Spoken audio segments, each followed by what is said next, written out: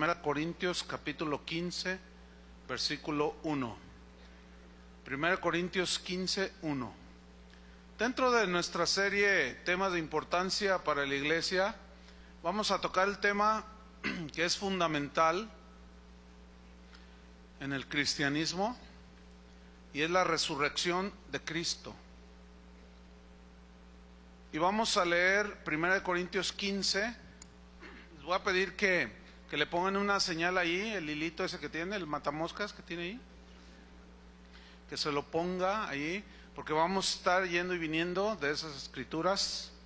Así es que cuando tengan, digan, ya lo tengo. Bien, vamos a leer 1 Corintios 15, 1.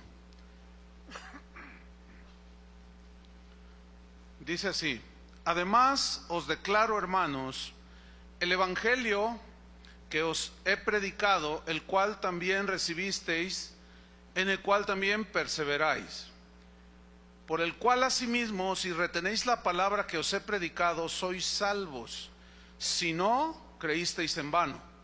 Porque primeramente os he enseñado lo que asimismo recibí, que Cristo murió por nuestros pecados conforme a las Escrituras, y que fue sepultado y que resucitó al tercer día conforme a las Escrituras, y que apareció a Cefas y después a los 12, después apareció a más de 500 hermanos a la vez, de los cuales muchos viven aún y otros ya duermen. Después apareció a Jacobo, después a todos los apóstoles, y al último de todos, como a un abortivo, me apareció a mí. Versículo 12. Pero si se predica de Cristo que resucitó de los muertos, ¿cómo dicen algunos entre vosotros que no hay resurrección de muertos? Porque si no hay resurrección de muertos, tampoco Cristo resucitó. Y si Cristo no resucitó, vana es entonces nuestra predicación, vana es también vuestra fe, y somos hallados falsos testigos de Dios, porque hemos testificado de Dios que Él resucitó a Cristo, al cual no resucitó si en verdad los muertos no resucitan. Porque si los muertos no resucitan, tampoco Cristo resucitó. Y si Cristo no resucitó, vuestra fe es vana, aún estáis en vuestros pecados. Entonces también los que durmieron en Cristo perecieron. Durmieron, se debe entender, murieron. Si en esta vida solamente esperamos en Cristo, somos los más dignos de conmiseración de todos los hombres. Mas ahora Cristo ha resucitado de los muertos, primicia de los que durmieron es hecho. Cuando nosotros vemos en la Biblia la palabra fe, cuando leemos la palabra fe, en el Nuevo Testamento esa palabra se traduce de un término griego que es pistis. Y pistis significa firme convicción. Ese es el significado de fe. Significa confianza total y absoluta en Dios. Esa es la fe de la Biblia. Ahora, la fe en Jesús y en las Escrituras no es una fe ciega. ¿Ha escuchado a gente que dice, yo tengo una fe ciega? No, la fe del cristiano no es una fe ciega, en el sentido de que creemos porque tenemos que creer algo, creer por creer. No. Fe, dice en Hebreos 11:1, es la certeza, es la convicción de algo, en este caso, de todas las evidencias del cristianismo, en el personaje histórico y central de las Escrituras, que es Jesucristo. Una afirmación no es verdadera por el hecho de que creamos en ella. Yo puedo creer en algo que está basado en mentiras, ¿no es cierto? Pero tampoco deja de ser una verdad si yo no la creo. Hay hechos fidedignos, comprobables, que si yo no los creo, no por eso dejan de ser verdad. Eso mismo resulta con las Escrituras. Si yo afirmo algo acerca de Dios, que digo que creo, pero no hay evidencia en la Biblia, eso no lo hace una verdad. ¿Está entendiendo? Lo mismo que si algo afirma tajantemente la Escritura y yo no la creo, eso no la hace una mentira tampoco. Entonces los cristianos, ¿cuántos son cristianos? Bueno, vamos a suponer que son, ok. Los cristianos tenemos que evaluar las evidencias y las razones que respaldan las verdades que creemos. Nuestra fe no está basada en yo siento, yo pienso, no. Está basada en evidencias. Esas afirmaciones que decimos creer tienen un fundamento sólido. Y al comprobarlas de una manera con evidencias, finalmente llegamos a confiar en eso que creemos que está escrito en la Biblia. Entonces eso llega a ser ya lo que los primeros cristianos tenían, una fe sólida. Ellos sabían, ellos estaban convencidos que lo que creían tenía bases sólidas, evidencias de todo tipo. Por ejemplo, en Lucas capítulo 1, si abre su Biblia, Lucas 1, versículo 1 al 4. Lucas era un médico. Un médico es un científico. Un científico es dado a la investigación científica en este caso. Y Lucas, como un científico, miren lo que hizo. Hizo una investigación, pero en este caso una investigación de las evidencias del cristianismo. Lucas 1, 1 al 4. Dice así: puesto que ya muchos han tratado de poner en orden la historia, fíjate la palabra que usa, la historia, no los mitos, no las fábulas, sino la historia de las cosas que entre nosotros han sido ciertísimas. Esa palabra es muy enfática. O sea, que no hay duda de que sucedieron. Dice, tal como nos las enseñaron los que desde el principio lo vieron con sus ojos. Ahí está, testigos presenciales de Cristo y de sus hechos. Y fueron ministros de la palabra posteriormente. O sea, enseñaron todo aquello que Jesús les dijo: vayan por todo el mundo, hagan discípulos, enseñen las cosas que yo les he enseñado a ustedes. Ellos, los apóstoles, habían sido testigos de primera mano. Versículo sigo allí. Y fueron ministros de la palabra. Me ha parecido también a mí, fíjate esto, después de haber investigado con diligencia todas las cosas desde su origen. Esto nos demuestra que el científico Lucas, como médico dado a la investigación, él investigó lo que tenía que ver con la fe que él decía tener. Entonces dice que después de haber investigado y comprobado, obviamente, con diligencia todas las cosas desde su origen, escribírtelas por orden, oh excelentísimo Teófilo, que fue a quien le dedicó en primera instancia el Evangelio de Lucas. Pero el propósito de esa investigación, miren, viene en el último versículo 4: para que conozcas bien la verdad de las cosas en las cuales has sido instruido. Yo quiero subrayar la frase: para que conozcas bien, conocer bien la verdad de las cosas en las cuales has sido instruido. Eso, mis queridos hermanos, se llama investigación seria de los fundamentos de la fe cristiana. Ahora vamos a Primera de Juan, donde el apóstol, Primera de Juan 1:1 al 3, allí también nos habla, pero él ya como testigo presencial nos habla de las evidencias que ellos palparon, tocaron, sintieron, vieron, etcétera, acerca de Jesucristo, de su vida, de su mensaje, de su muerte, de su sepultura y de su resurrección. Dice en versículo 1, Primera de Juan 1:1, dice: lo que era desde el principio, o sea, Cristo, lo que hemos oído de Cristo, lo que hemos visto con nuestros ojos, o sea, de Cristo, lo que hemos contemplado y palparon nuestras manos tocante al verbo de vida. ¿Quién es el verbo de vida? Es obvio que es Jesús. porque la vida fue manifestada, revelada a través de Jesucristo, el Hijo de Dios, y la hemos visto. O sea, a nosotros nadie nos la contó, dice Juan, nosotros la vimos. Dice, y testificamos de lo que vieron, de lo que él vio, y os anunciamos la vida eterna, la cual estaba con el Padre y se nos manifestó. ¿En quién? En Jesucristo.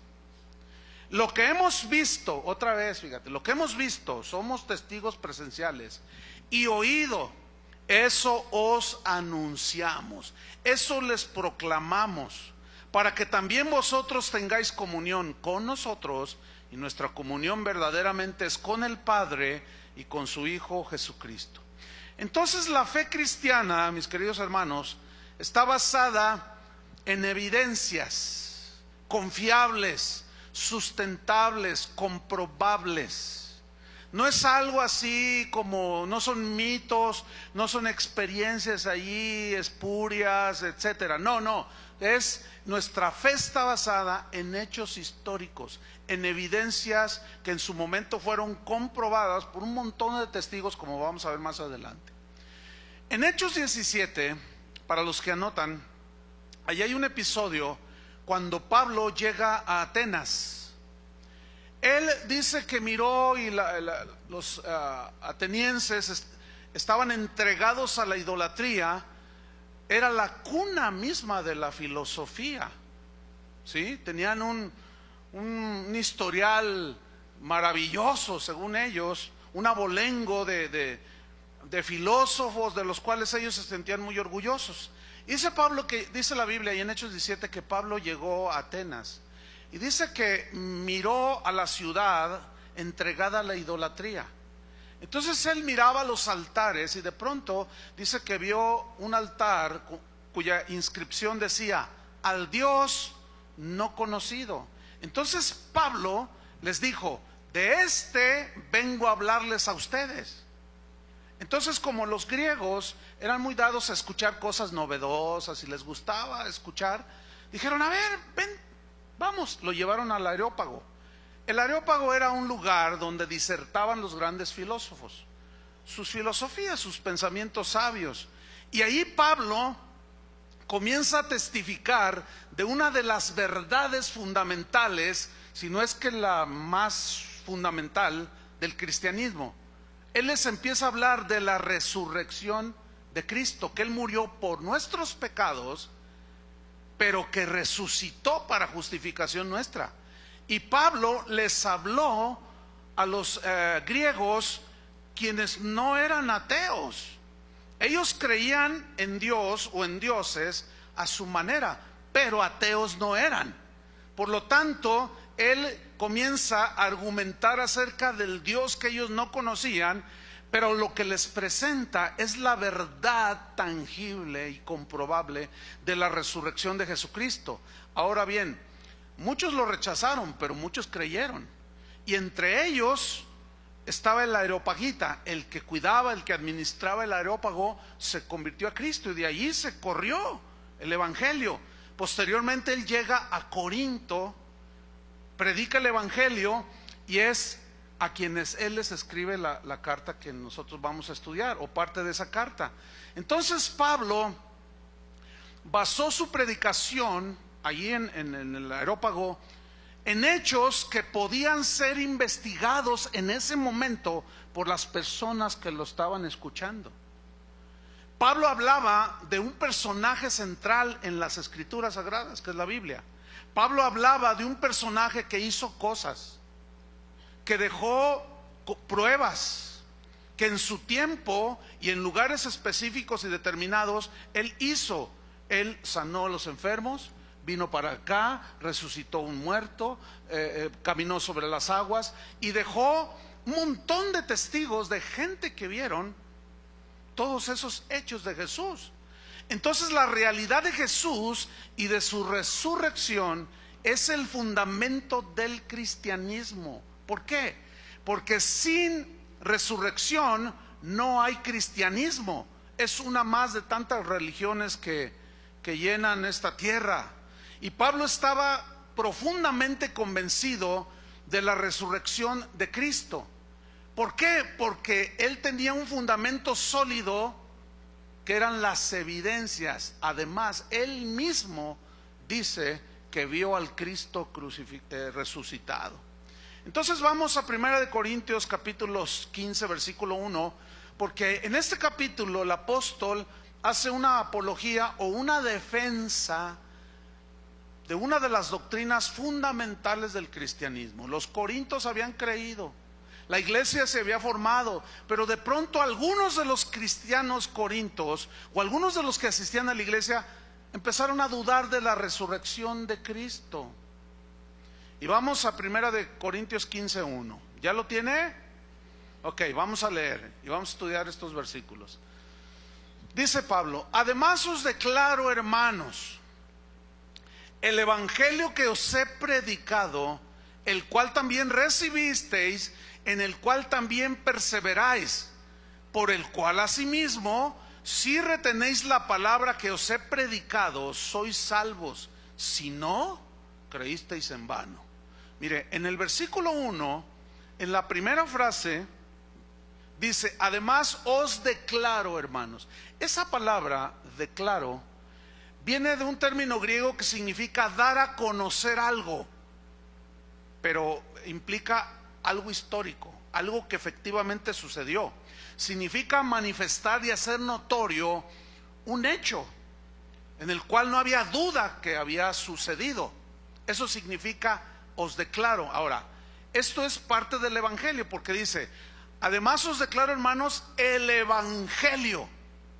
Entonces aquí Pablo está diciendo: el evangelio que yo predico y que predicamos los apóstoles está basado en evidencias, en hechos históricos, que había miles de personas ahí como testigos. Entonces dice: el cual evangelio ustedes también recibieron, en el cual también perseveráis, por lo cual asimismo, miren esta frase, si retenéis la palabra que os he predicado, o sea, el evangelio, retener, es la palabra clave, retener, sois salvos. Si no, creísteis en vanos. ¿Qué significa eso? Una de las evidencias de la salvación, que la salvación llegó a una persona, es la retención de las verdades fundamentales del cristianismo. Y la resurrección de Cristo es una de estas fundamentales. En otras palabras, no puede haber un cristiano que diga que Cristo no resucitó. Es imposible. No existe eso en la Biblia. No, nadie puede decir: yo soy cristiano, pero yo dudo que Cristo resucitó.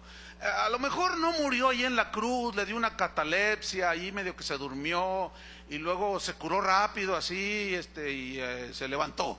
No, ese no puede ser un cristiano. No, porque si Cristo no murió y resucitó, vana es nuestra predicación, vana es tu fe, aún estás en tus pecados. Entonces, la evidencia más contundente de que alguien es salvo es la retención de las verdades fundamentales. Desde el día en que creíste, pasa un año, 2, y tú sigues creyendo que Cristo es el Hijo de Dios. Tú sigues creyendo en esas verdades fundamentales.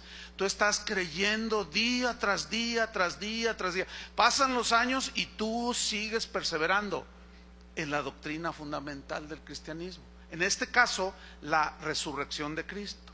Versículo 3, 1 Corintios 15:3.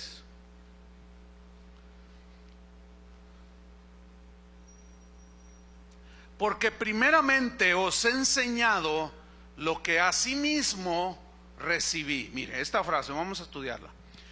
Hay dos palabras que vamos a estudiar aquí. Dice: porque primeramente, esa es la primera que vamos a estudiar, primeramente. Esa palabra viene del griego protos, que significa lo primero en orden de importancia. Significa lo principal de un acontecimiento, de un hecho. En este caso, del evangelio de Cristo, de la persona de Cristo.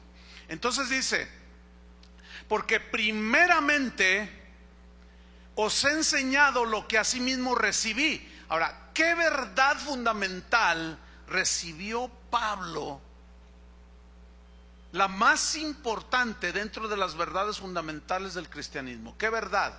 Aquí lo dice él, que Cristo murió por nuestros pecados conforme a las Escrituras. ¿Cuál es el mensaje central del cristianismo? El mensaje central de toda la Biblia es Cristo, es la redención del hombre a través de la sangre de Cristo, de la muerte y la resurrección de Cristo. Sin este mensaje no se puede llamar cristianismo, es una religión más. Entonces, en orden de importancia, el mensaje sustentable, el mensaje sólido, está basado en el hecho histórico de que Cristo murió por nuestros pecados, pero luego dice conforme a las Escrituras. ¿Qué significa esa frase? Conforme a lo que ya estaba profetizado desde el Génesis por toda la Biblia, y que de una manera asombrosa se cumplió en la vida de Cristo, como prueba de que Él era el Mesías. Entonces, nosotros necesitamos enseñar de la manera que enseñaban los apóstoles. Por eso yo les he dicho muchas veces, se las seguiré repitiendo.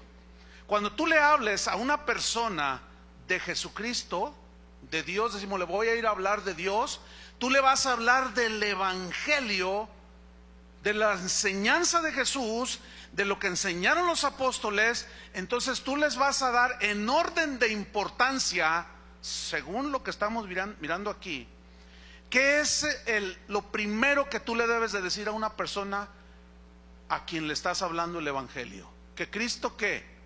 Murió por sus pecados, porque usted es un pecador y va directo al infierno. Pero si usted cree en Cristo, se arrepiente, el Señor lava con su sangre todos sus pecados. Por eso yo insisto, insistiré y reiteraré cada vez que tenga la oportunidad en esto. Cuando usted le hable a una persona de Cristo, por ejemplo, usted ve que su vecino tiene problemas familiares y usted va con él y le dice, ¿sabe? Le voy a decir algo, mire, si usted se entrega a Cristo, Cristo va a arreglar su matrimonio. Eso es un gravísimo error. Se los he dicho muchas veces, se los voy a estar recordando de aquí hasta que me muera. Ese ha sido el grandísimo error del cristianismo del siglo XX y del siglo XXI. Tratar de acercar a la gente con mensajes secundarios. Porque el mensaje central para que una persona pueda recibir la salvación es que Cristo murió en la cruz. ¿Y por qué murió? Porque tú eres un pecador y tú mereces la muerte y tú mereces el infierno. Pero mira, todo esto hizo Cristo. Otro que es típico, ahí está una persona conocida tuya enferma. Entonces tú vas con ella y le dices, voy a orar por usted para que Cristo lo sane. Nunca le dijiste el mensaje principal del Evangelio. Y a eso hay que añadirle todos esos eventos que se hacen, que noches de gloria, que noche de milagros, que quién sabe cuánta cosa, y nunca se les da el mensaje central que es imprescindible para que una persona nazca de nuevo. La gente no nace de nuevo por experimentar un tremendo milagro. Eso sucede porque Dios es Dios y es poderoso. Pero la gente, dice la Biblia en Romanos, que la fe viene por oír. ¿Y oír qué? La palabra de Dios. Pero el mensaje central que una persona que no es salva debe de escuchar es lo que dice Pablo. Lo que yo recibí primeramente, eso también a ustedes se los dije como mensaje central, que Cristo murió por nuestros pecados. Todo lo demás es centrarse en verdades, porque Dios sana, ¿sí o no? Dios hace milagros, pero son verdades secundarias, hermanos. A eso no vino Cristo. Eso no fue lo principal. Entonces, cuando tú le dices a una persona que puso su negocio y le dices, si tú te entregas a Cristo, Cristo va a prosperar su negocio. Mire, no lo engañe. Porque a veces el Señor sí lo prospera, pero a veces no. A veces arregla un matrimonio, pero a veces no lo arregla. Porque eso no vino Cristo en primera instancia. Él vino a salvarnos de la condenación del infierno. Entonces tenemos que poner mucha atención a esto. Entonces Pablo dice: porque primeramente os he enseñado lo que asimismo recibí, que Cristo murió por nuestros pecados conforme a las Escrituras. Ahora, ponga una señal allí en 1 Corintios y vayamos a 1 de Pedro 2:9. Porque allí el apóstol Pedro dice la misma verdad, en otras palabras, para que vean cómo entre ellos no había contradicción. Ellos tenían sin duda, su mensaje central era Jesucristo y su obra en la cruz. Primera de Pedro 2:9 dice así. Aquí es Pedro el apóstol hablando: mas vosotros sois linaje escogido, pongan mucha atención, real sacerdocio, nación santa, pueblo adquirido, o sea, comprado por un precio. ¿Cuál fue el precio? La sangre de Cristo. Pueblo adquirido por Dios. ¿Con qué propósito? Te lo dice la segunda parte del versículo: para que anunciéis todos los grandes éxitos de tu pastor. ¿Así dice? Para que anunciéis cuántos libros ha escrito el tal apóstol, para que anunciéis cuántas iglesias ha levantado el superapóstol 86. ¿Así dice? Escuchen bien, hermanos, escuchen bien. El mensaje cristiano, el mensaje de la Biblia, debe estar cargado de la persona de Jesús, de las virtudes, como dice aquí, para que anunciéis las virtudes o los logros de aquel que nos sacó y nos libró de las tinieblas, de la condenación, y nos trasladó al reino de la luz. Entonces, si tú eres cristiano, y esto va para los predicadores que escuchan esto, si es que lo llegan a escuchar, su mensaje, nuestro mensaje, debe estar cargado de las Escrituras, del mensaje del Evangelio. Si no es así, es otra religión más. Y usted, querido y estimado predicador, está engañando a la gente. Y eso no se vale, porque si yo me catalogo como un ministro del Evangelio, el mensaje que yo dé tiene que ser acerca de las virtudes de aquel que logró para mí la salvación en la cruz. Pero estar hablando de mis viajes por todo el hemisferio, y que próximamente voy a ir a evangelizar a la luna, y que he escrito 40 libros, y que he escrito y he grabado 30 CDs, y yo hice esto y yo hice el otro, es perder el tiempo y es robarle la salvación a los oyentes. Y vaya condenación. Por eso Pablo dijo: ay de mí si no predico el Evangelio. ¿Por qué dijo ay de mí? Me enfrentaré delante del Dios vivo, que es como fuego consumidor, y me va a decir: ¿qué le dijiste a la gente? ¿Qué le predicaste a la gente? ¿Qué le vas a decir? No, pues yo les invité a que conocieran al Cristo del iPod,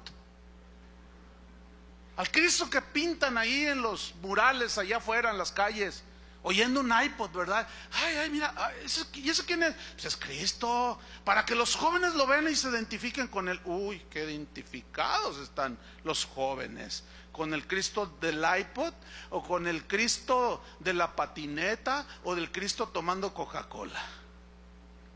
Puras imágenes y puros conceptos de quien no es, efectivamente, no es Jesús. Cristo no es un fresa. ¿Entienden ese término, no? No es un pirurris. Bueno, ¿cómo les digo a los que están escuchando en otro país? No es un presumido.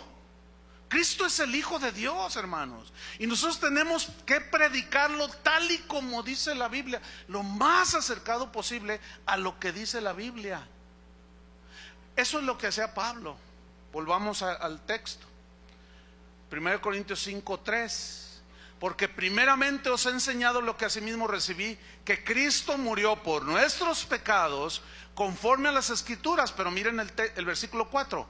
Y que fue sepultado y que resucitó al tercer día conforme a las Escrituras. Notan que Pablo era un enamorado, un convencido de que las Escrituras son la verdad de Dios. Porque él mencionaba conforme a las Escrituras. O sea, Pablo no era ningún ignorante de las Escrituras. Y él decía, conforme a como se profetizó, así se cumplió conforme a las Escrituras. Él conocía a la perfección lo que hoy nosotros sabemos que es el capítulo 53 de Isaías. Porque recuerden que en aquel tiempo no había capítulos ni versículos, era el libro corrido. Se añadieron los capítulos y los versículos siglos después para una mejor ubicación. Pero Pablo conocía perfectamente, Pedro conocía perfectamente lo que hoy nosotros denominamos como Isaías 53. Mas él herido fue por nuestras rebeliones, molido por nuestros pecados. El castigo de nuestra paz fue sobre él y por su llaga, llaga ahí significa sacrificio, fuimos nosotros curados, sanados de la condenación, liberados de la esclavitud del pecado. Entonces, notamos aquí tres eventos principales en el mensaje de Pablo. O sea, Cristo murió, fue sepultado y resucitó. Todas las religiones, sin excepción, están basadas en las ideas filosóficas de sus fundadores. Todas. Por ejemplo, el Islam. El Islam fue fundado por un hombre llamado Mahoma. Ustedes seguramente conocen esto. Bueno, Mahoma fundó lo que hoy conocemos como el Islam. Mahoma murió, fue sepultado y sigue ahí bajo tierra. Cuando él murió, uno de sus discípulos, con el dolor en su corazón de ver a su profeta muerto sin vida, comenzó a vociferar, desenvainó su espada y decía: todo aquel que diga que Mahoma está muerto, lo voy a pasar por mi espada. Mahoma, gritaba con todas sus fuerzas, resucitará. Y vociferó y vociferó. No sé cuánto rato lo haría. También ya está en una tumba ese señor llamado Omar. Ahí están los dos. Cada año van y lo visitan a la Meca. Todas las religiones que fueron fundadas por sus fundadores fueron fundadas en sus ideales humanos nada más. Y sus cuerpos están en las tumbas. Y así podemos ver el confucianismo, el budismo y todos los ismos que tú quieras, y le añades ahí. Si alguien, fíjate bien esto, si alguien de entre nosotros dijera algo más o menos así: saben, dentro de unos días me van a apresar, me van a golpear, me van a torturar, me van a matar, me van a crucificar, voy a morir, pero al tercer día resucitaré. ¿Qué pensarías de esa persona? Lo mandábamos al hospital psiquiátrico aquí de Soquipan, ¿sí o no? Aquí está un loco. Escúchenme bien, esa aseveración de que me tomarán, me escarnecerán, me crucificarán, me matarán y resucitaré al tercer día, eso fue exactamente lo que Jesús dijo. Pero en los labios de cualquier ser humano, de cualquier mortal, se oye a locura, ¿sí o no? Pero en los labios de Jesús, absolutamente no. ¿Por qué? Fuera un loco si él hubiera dicho: yo resucitaré, y ciertamente no haya resucitado. Si tú vas a Jerusalén y vas a la tumba de Jesús, lo único que vas a ver es una cueva sola, no hay nada. Pero vas a la tumba de cualquiera de estos líderes religiosos y aquí yace fulano, y aquí yace sultano, y aquí yace mangano, y aquí yace, aquí yace, y aquí yace, y aquí yace. Y polvo eres, y en polvo te convertirás. Solo un loco diría semejante afirmación, a menos que efectivamente cumpliera su afirmación: resucitaré. Vamos a ver 7 textos, nada más, alcanzaremos a ver esos, de esa declaración de Jesús, de que Él moriría, pero que resucitaría al tercer día. Vamos al primero. Los primeros 5 están en el Evangelio de Mateo. Busca el capítulo 16 de Mateo. En el versículo 21, ahí está de las primeras declaraciones de Jesús de que Él moriría, pero que resucitaría. Ahora, yo quiero que pongan atención cómo vamos a ir del capítulo 16, 17, 20, 26 de Mateo, cómo se va desarrollando de una manera paulatina las declaraciones de Jesús, de que Él iba a morir, pero iba a resucitar. ¿Ya tienen Mateo 16, 21? Ok, dice así: desde entonces comenzó Jesús a declarar a sus discípulos que le era necesario ir a Jerusalén. Fíjate, necesario. Y padecer mucho de los ancianos, de los principales sacerdotes y de los escribas, y ser muerto y resucitar al tercer día. Escuche bien, los discípulos cuando escuchaban eso, yo entiendo que estaban aprendiendo, y ese es un proceso que todos nosotros también tenemos, vamos aprendiendo. Pero se ve claro por las escrituras que los discípulos no estaban poniendo su atención al mensaje central de Jesús. ¿Cuál era el mensaje central de Jesús? Es necesario que muera. Es necesario que yo muera por ustedes. Es necesario sufrir todo lo que tengo que sufrir, porque sin derramamiento de sangre no hay perdón de pecados. Pero los discípulos no estaban poniendo atención al mensaje central de Jesús. En una ocasión, Pedro, cuando Jesús les estaba diciendo que tenía que padecer, se le acercó y le dijo: maestro, maestro, en ninguna manera permitas que te acontezca eso. Y Jesús se vuelve a él y lo reprende y le dice: quítate delante de mí, Satanás. ¿Se acuerdan de esa escritura? Porque no pones tu mira en las cosas del cielo, sino en las de la tierra. Es necesario que yo vaya a la cruz. Ahora, aquí hay mucha enseñanza en este pasaje, porque si Jesús hubiera hecho caso de la recomendación de Pedro, ¿dónde estaríamos tú y yo? Ahora, era imposible que Jesús se dejara llevar por el sentimiento humano, por el sentimentalismo de uno de sus discípulos. Mire, los seres humanos somos muy dados al sentimentalismo. Por sentimiento, así: ay, bueno, no digas nada, bueno, no hagas nada, bueno, no, bueno, así somos. Pero Cristo sabía que era necesario morir. Cuando Él era un niño todavía, un adolescente de 12 años, ¿recuerdan que lo encontraron en el templo? Y sus padres ya se habían ido, y se dan cuenta que no estaba, y van y lo buscan, y lo encontraron hablándole a los sacerdotes, y a todos los tenía así, a todos se les miraban las caries porque estaban así. Entonces se acerca José: ¿dónde has estado? Y le llama la atención, y Jesús dice: en los negocios de mi Padre me es necesario estar. ¿Qué significa eso? Que Jesús desde niño sabía quién era. Jesús desde niño sabía cuál era su misión que tenía que cumplir. Por eso su lucha en el huerto de Getsemaní, cuando sudaba sangre de la presión, del sufrimiento, de todo aquello que él estaba experimentando, cuando dijo: si es posible, pasa de mí esta copa, pero no se haga mi voluntad. Porque mi voluntad humana puede ser que yo quiera evadir el sufrimiento, pero no se haga mi voluntad sino la tuya. Entonces miren, aquí viene un principio muy sólido, muy fuerte para nuestra vida. Los discípulos no estaban poniendo atención al mensaje central, de Cristo.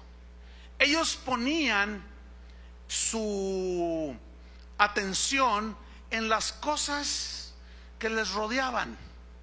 Porque vamos a otro versículo en Mateo 17, en Mateo 17 versículo 22. Mateo 17, 22. Y miren aquí dice: estando ellos en Galilea, Jesús les dijo: el Hijo del Hombre será entregado en manos de los hombres y le matarán, mas al tercer día resucitará. Fíjate el mensaje que les estaba diciendo, Y ellos, ¿qué hicieron? Se entristecieron en gran manera. ¿Saben qué estaban haciendo los discípulos? Lo que el Señor quiere enseñarnos a que no hagamos. Ellos no estaban poniendo atención al mensaje central de Jesús, que era necesario morir y resucitar. Y ellos se entristecieron. Ellos se quedaron en que el maestro lo iban a matar. Pero nunca tuvieron digamos, la precaución de mirar más allá al mensaje central de Jesús: pero resucitaré. ¿Sabes? Eso es muy común que pase a los cristianos.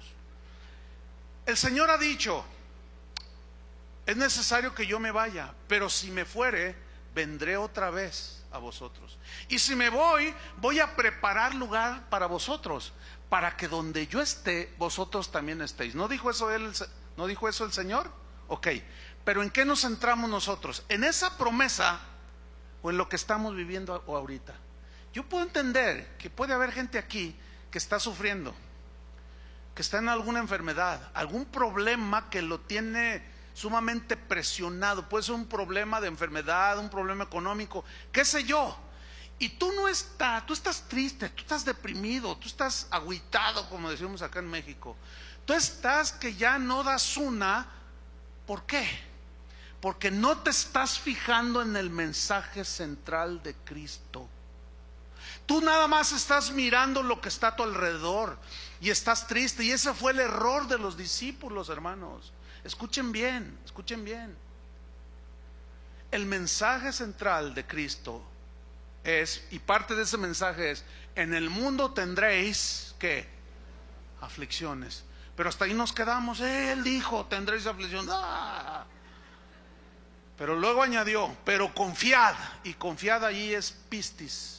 Tengan fe en la evidencia que yo dije que moriría, que resucitaría. Lo hice. Por lo tanto, no debes dudar. ¿Pero qué hacemos? Nos entristecemos. Ay, Señor, nunca me has dado una casa propia. Ven lo que estás, ven lo que. Ay, Señor, dame un auto. ¿Y qué si el Señor quiere que andes en el macrobús, o en el trolebús, o en el tren? Ay, cuánto ven lo que nos entristece. Y las verdades centrales y medulares, esas las pasamos por alto y nos equivocamos. Y todavía peor, estás todo deprimido y vas con tu pastor y le dices: pastor, haga una oración para que Dios me libere. ¿Que te libere? ¿De qué? ¿Qué es eso? ¿Dónde está eso en la Biblia? ¿Todo por qué? Porque nos dejamos llevar por el sentimentalismo. Somos tan sentimentales. Cristo no se dejó influenciar por un sentimentalismo que Pedro le estaba proyectando. No permitas que nada de eso te suceda. Ah, cuánto lo amaba, ¿verdad? Pero nosotros somos así como Pedro. Jesús sabía lo que tenía que hacer. ¿Qué era lo que tenía que hacer? Él dijo: es necesario. ¿Qué era lo que tenía que hacer? Morir en esa cruz. Como cristianos hay muchas cosas que tenemos que hacer. Fíjese bien, que son necesarias que hagamos. Por ejemplo, ¿cuántos son padres? ¿Cuántos tienen hijos? Ok. Una de las cosas que es necesario hacer con los hijos es disciplinarlos desde chiquitos. ¿Sí o no? Pero no falta que uno de los dos, él o ella, se den al sentimentalismo, a la misericordia humana. Y ahí está el niño haciendo un berrinche. ¿Hubieran visto en la mañana el berrinche que se tiró un niño? Miren, se oían los gritos. ¡Ah! Pero era espantoso, parecía que lo estaban matando al chiquillo. Espantoso. Y los papás, es desesperante. Y si uno de ellos quiere poner orden a ese muchachito, a ese niño berrinchudo, caprichoso, la Biblia instruye que es necesario guiarlo en la amonestación y disciplina del Señor. ¿Sí o no dice? Eso tenemos que hacer. Pero no falta el esposo sentimentaloide o la esposa sentimentaloida. Déjalo, mi vida, es un niño, pobrecito, no sabe nada, él no entiende. Escúcheme bien, escúcheme bien. Yo sé que a algunos les da risita, pero escúcheme bien. Si no lo haces ahora, no te la vas a acabar cuando lo tengas de adolescente. Ya te lo dije. ¿Por qué? Por el sentimentalismo. Y luego el esposo o la esposa hacen algo, agrede a la esposa, y a veces por sentimentalismo, no le digo para que no se enoje más. No. Por eso vivimos como vivimos, porque somos dados al sentimentalismo, a la misericordia humana, y eso no nos va a llevar a ningún lado. Jesús tenía una humanidad como la nuestra, pero también era Dios. Pero como humano sabía que tenía que subir a esa cruz, hermanos. Escúchenme bien, cuando nosotros hacemos lo que tenemos que hacer, estaremos cumpliendo la voluntad de Dios. ¿Ustedes creen que a mí me gusta disciplinar a las ovejas? No me gusta. Pero ¿saben una cosa? Es necesario, tengo que hacerlo. Pero a veces alguno al que merece disciplina pone carita de San Pío.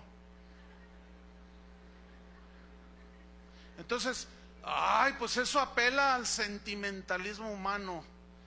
Pero ¿qué dice la Escritura? ¿Qué dice la Escritura? Que hay que meter disciplina, ¿sí o no dice? Entonces, bueno, ahí está uno en una tentación, también en una lucha. Y uno como pastor es como los padres que ven a los hijos y les pasa no. Si nos dejamos guiar por ese sentimentalismo, nos va a acarrear posteriormente graves consecuencias. Y tiene uno que hacer lo necesario. Este es un área, hermanos, en la que debemos de crecer. Jesús era imposible que Pedro lo convenciera. Era necesario que Jesús subiera a la cruz. Mateo 17, pero ahora en el versículo 9. Ahí está otra. Me salté allí un texto, pero no importa. El orden de los factores no altera el producto. Mateo 17, 9 dice: cuando descendieron del monte, Jesús les mandó diciendo: no digáis a nadie la visión hasta que el Hijo del Hombre, ¿qué? Resucite. Para fin de resucitar se tiene que estar muerto, ¿no? Entonces otra vez Jesús está hablándoles de nuevo de que era necesario que Él muriera y resucitara. Ahora, el contexto de ese pasaje es la transfiguración de Jesús. Se fue Juan, Jacobo y Pedro, los llevó con Él y se transfiguró. Dice que vieron en esa visión que estaba Jesús con Moisés y con Elías, ¿se acuerdan? Entonces Pedro y su bienestar, Pedro y su anhelo puramente humano, y su sentimiento y sus buenas intenciones puramente humanas. Y dijo: Señor, esto está fabuloso. Aquí hay unas tienditas, ¿qué te parece si las armamos aquí y aquí nos quedamos? Una para ti, para Moisés, y aquí nos quedamos. Y Jesús le dice: no, descendamos del monte. ¿Por qué? Porque no te puedes quedar en tu experiencia ahí maravillosa. Hay mucha gente que necesita oír el mensaje. Y lo triste del evangelio de hoy es que la gente nada más está buscando esas experiencias y no está buscando hacer la voluntad de Dios, y se quieren quedar allí en el monte. Es maravilloso estar en su presencia, ¿sí o no?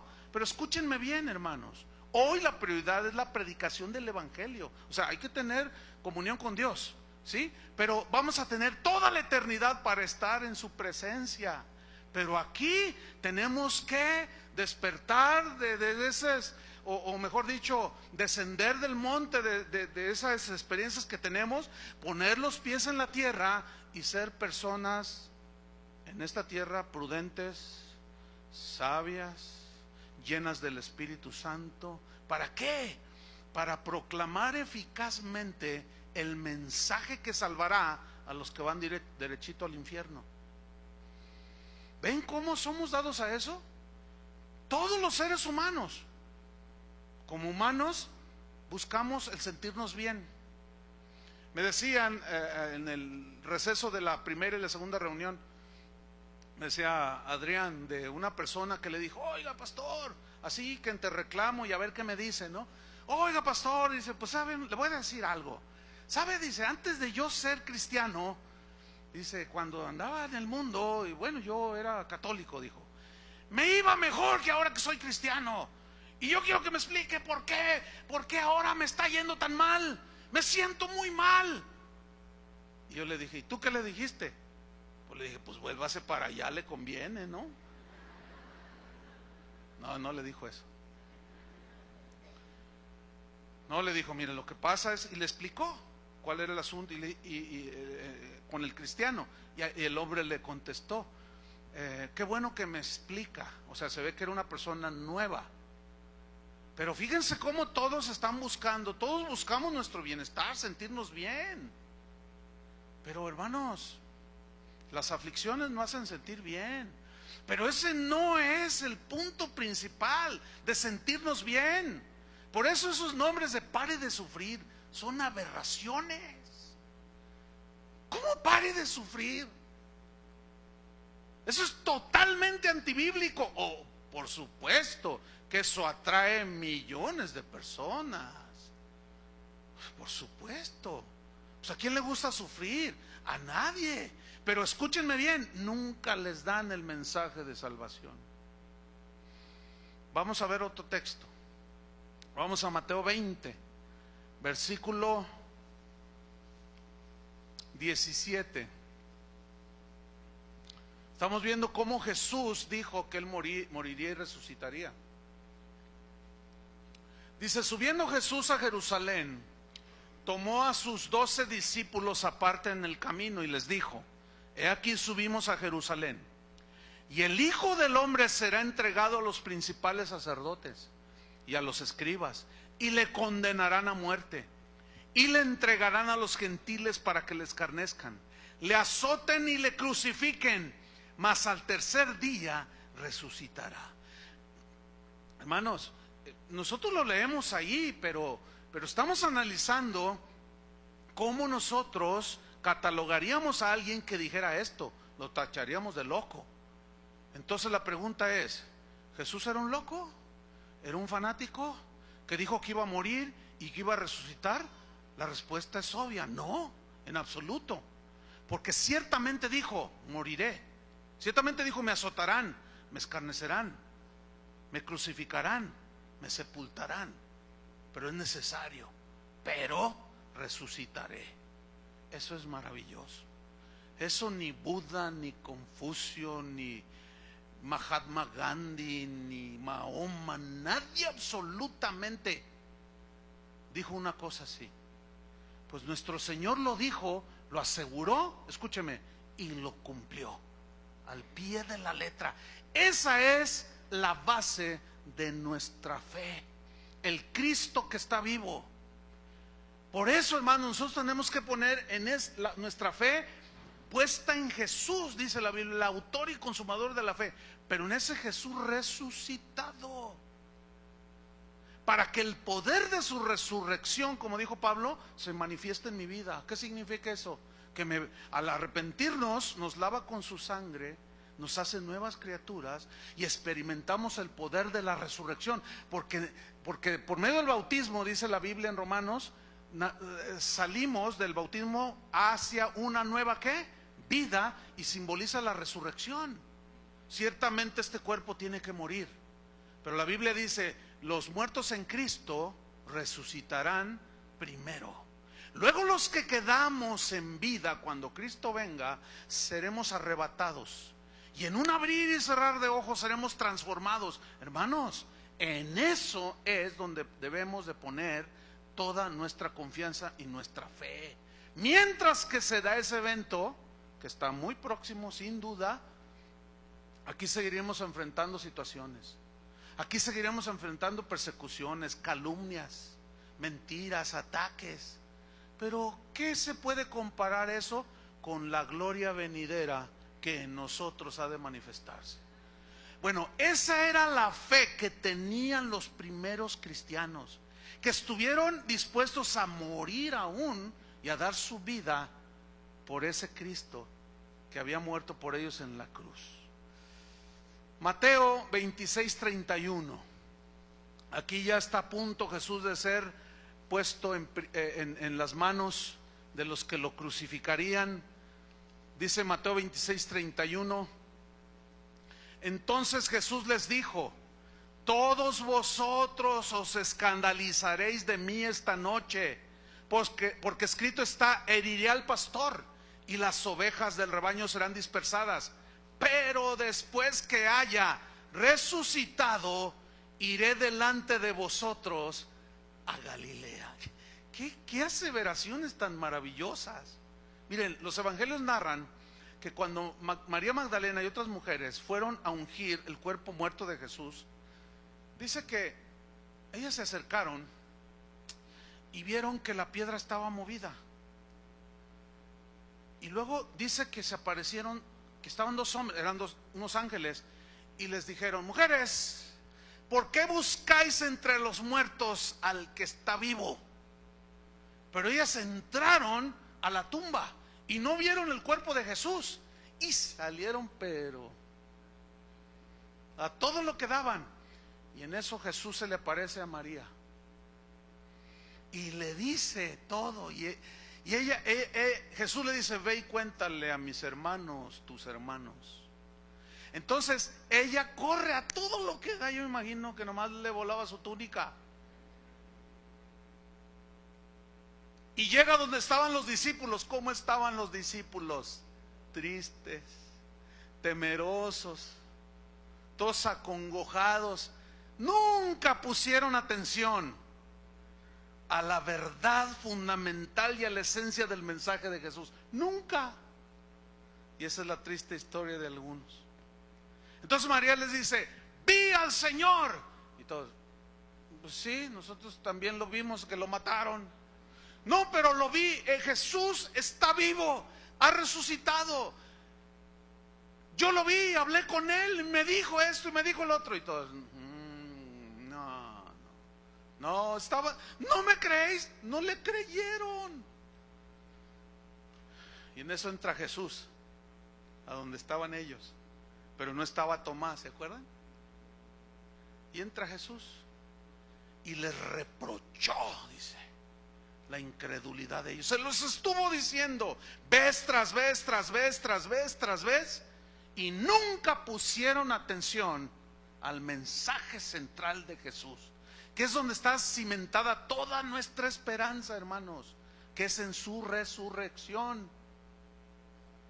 Y les reprochó su incredulidad.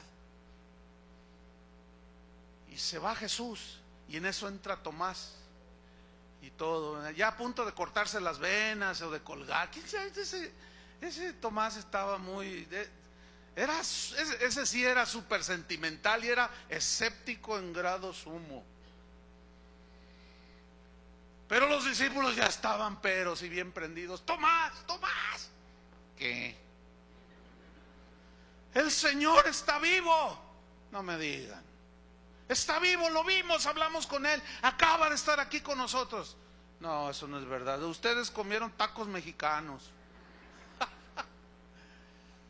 No, ustedes están soñando. ¿Cómo pueden creer eso? No es verdad. Si no metiere yo mis dedos en sus llagas y mi mano en su costado, hasta entonces voy a creer. Y en eso entra Jesús. Dice: Tomás, ven para acá. Y cuando lo ve, imagínenselo a Tomás. Ven para acá. Mete tus dedos aquí. Mete tu mano en mi costado. Y cuando toca la herida del que le traspasó con la lanza, cayó a los pies de Jesús. Oh, mi Señor y mi Dios, dijo. Y Jesús, imagínense esa escena, le dice: Tomás, creíste porque me viste, pero más bienaventurados son los que creen sin haberme visto. Pero eso no desmerece la evidencia contundente, real, histórica de que Cristo pisó esta tierra, de que murió y que resucitó. Su tumba sigue vacía. No desmerece absolutamente nada el hecho de que yo no lo haya visto. ¿Por qué? Porque mi fe está fundada en evidencias comprobables, que están registradas en las Escrituras, y su palabra es la verdad. Además, el testimonio interno, ese es inapelable. Lucas 9, versículo 20, vamos rápido, Lucas 9, 20. Él les dijo: ¿vosotros quién decís que soy yo? Entonces le respondió Pedro y dijo: tú eres el Cristo de Dios. Pero él les mandó que a nadie dijesen esto, encargándoselo rigurosamente y diciendo: es necesario que el Hijo del Hombre padezca muchas cosas y sea desechado por los ancianos, por los principales sacerdotes y por los escribas, y que sea muerto y que resucite al tercer día. Juan capítulo 2 versículo 18. Y los judíos respondieron y le dijeron: ¿qué señal nos muestras ya que haces esto? Respondió Jesús y les dijo: destruid este templo y en 3 días lo levantaré. Dijeron luego los judíos: en 46 años fue edificado este templo, y tú en 3 días lo levantarás. Miren, estos estaban bien tapados, porque el versículo 21 nos dice: mas él hablaba del templo de su cuerpo. Por tanto, cuando resucitó de entre los muertos, sus discípulos se acordaron que había dicho esto. Hasta muchísimo después se acordaron. Y creyeron, ¿a qué? A la Escritura y la palabra que Jesús había dicho. Escuchen esto, hermanos. Si Cristo habló, aseguró que moriría y resucitaría, y lo cumplió, yo no veo alguna razón por la cual Él deje de cumplir, de que Él va a venir por nosotros, de que Él estaría con nosotros hasta el fin del mundo, de que en el mundo tendríamos aflicción, pero que confiáramos que Él estaría con nosotros. Yo no tengo la menor duda, hermanos. Nuestra fe está basada en hechos contundentes. Y volviendo rápidamente a 1 Corintios 15:5, dice: y apareció ese Cristo crucificado a Cefas, después a los 12, después apareció a más de 500 hermanos a la vez, de los cuales muchos viven aún y otros ya duermen. Después apareció a Jacobo, después a todos los apóstoles, y al último de todos, como a un abortivo, me apareció a mí. Versículo 12: pero si se predica de Cristo que resucitó de los muertos, y aquí viene la reprensión y el reproche, ¿cómo dicen algunos entre vosotros que no hay resurrección de muertos? Porque si no hay resurrección de muertos, tampoco Cristo resucitó. Y si Cristo no resucitó, vana es entonces nuestra predicación, vana es también nuestra fe. Nuestra fe es inútil. El esfuerzo de mi predicación es inútil, no sirve para nada.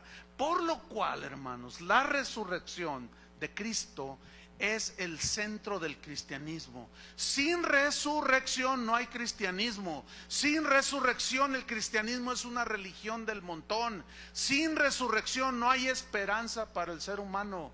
Sin resurrección no hay vida nueva, solo queda la condenación del infierno. Y en el versículo 15 Pablo dice: entonces somos hallados falsos testigos de Dios, porque hemos testificado de Dios que Él resucitó a Cristo, al cual no resucitó, si en verdad los muertos no resucitan. Porque si los muertos no resucitan, entonces tampoco Cristo resucitó.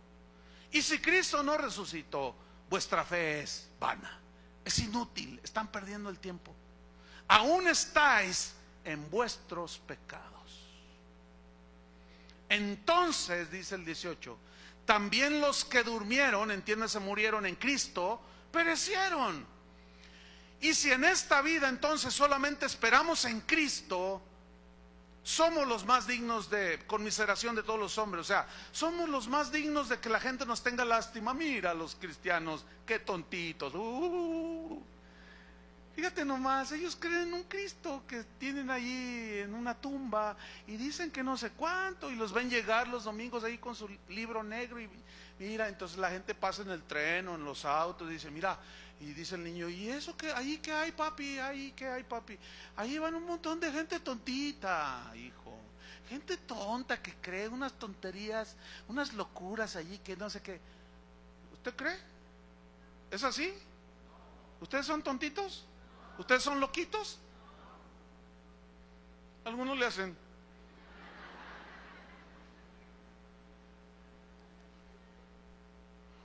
No, dice.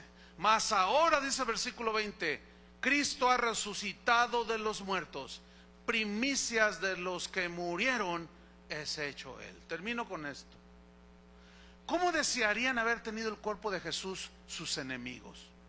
Si ellos tan solo hubieran presentado el cuerpo de Jesús, hubieran terminado de un solo golpe con todos esos tontitos y engañados discípulos de Jesús. Pero como no pudieron presentar el cuerpo muerto de Jesús, se concretaron a perseguir a los cristianos.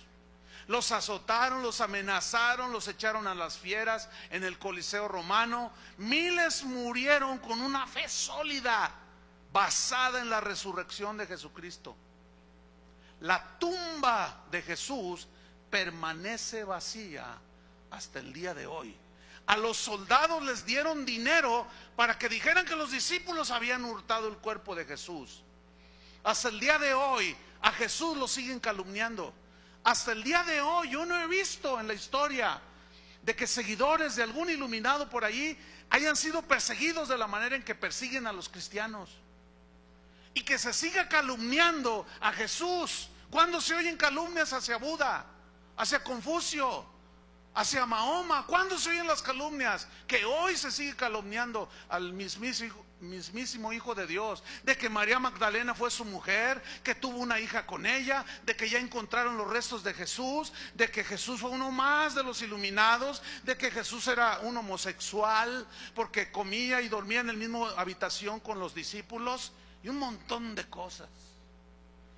Pero hermanos, si Cristo no resucitó y estaba mintiendo, era un lunático, un loco, y no habría por qué creer en lo que enseñó, puesto que no cumplió. Pero Jesús efectivamente cumplió. Jesús cumplió su promesa, resucitó, y eso significa, hermanos, que todo lo que Él prometió para nosotros lo cumplirá. ¿Por qué? Porque nuestro Dios es un Dios vivo. Oremos, hermanos. Señor, te damos gracias.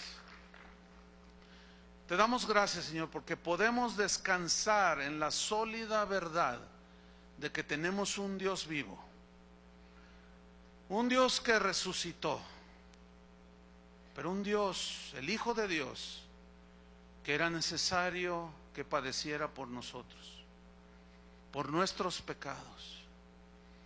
Padre, te damos muchas gracias porque tanto amaste al mundo que enviaste a tu Hijo Jesús, para que todo aquel que en Él cree no se pierda, mas tenga vida eterna. Jesús, gracias que no te dejaste llevar por el sentimiento de Pedro. Tu meta era la cruz. Sin cruz Sin muerte y resurrección. Sin muerte no hubiera resurrección. Y cuando dijiste allí en aquella cruz, consumado es, desde ese día hasta la fecha, el amor de Dios ha sido derramado en los corazones de aquellos que te amamos, Señor. Ayúdanos a proclamar este mensaje poderoso de tu resurrección. Que sea el tema central, que tú viniste al mundo para salvar a los pecadores. Que tú viniste al mundo a morir por nosotros en esa cruz. Era necesario. Si tú cumpliste eso que parecía lo más improbable de morir y resucitar, y lo cumpliste, ¿por qué dudar de las demás de tus promesas, Señor? Tenemos una firme ancla del alma. Tenemos una fe sólida basada en hechos tangibles, evidentes, pruebas irrefutables de que nuestro Dios, nuestro Jesús, es un Dios que está vivo. Te esperamos, Señor. El Espíritu y la novia dicen: ven. Porque Dios es un Dios de vivos y no de muertos, porque Él está vivo. En el nombre de Jesús, Padre, te damos muchas gracias, Señor. He escuchado a gente que dice: yo tengo una fe ciega. No, la fe del cristiano no es una fe ciega, en el sentido de que creemos porque tenemos que creer algo, creer por creer. No, no, no. Fe, dice en Hebreos 11:1, es la certeza, es la convicción de algo, en este caso, de todas las evidencias del cristianismo, en el personaje histórico y central de las Escrituras, que es Jesucristo. Una afirmación no es verdadera por el hecho de que creamos en ella. Yo puedo creer en algo que está basado en mentiras, ¿no es cierto? Pero tampoco deja de ser una verdad si yo no la creo. Hay hechos fidedignos, comprobables, que si yo no los creo, no por eso dejan de ser verdad. Eso mismo resulta con las Escrituras. Si yo afirmo algo acerca de Dios, que digo que creo, pero no hay evidencia en la Biblia, eso no lo hace una verdad. ¿Está entendiendo? Lo mismo que si algo afirma tajantemente la Escritura y yo no la creo, eso no la hace una mentira tampoco. Entonces los cristianos, ¿cuántos son cristianos? Bueno, vamos a suponer que son, ok. Los cristianos tenemos que evaluar las evidencias y las razones que respaldan las verdades que creemos. Nuestra fe no está basada en yo siento, yo pienso, no. Está basada en evidencias. Esas afirmaciones que decimos creer tienen un fundamento sólido. Y al comprobarlas de una manera... 1 Corintios capítulo 15, versículo 1.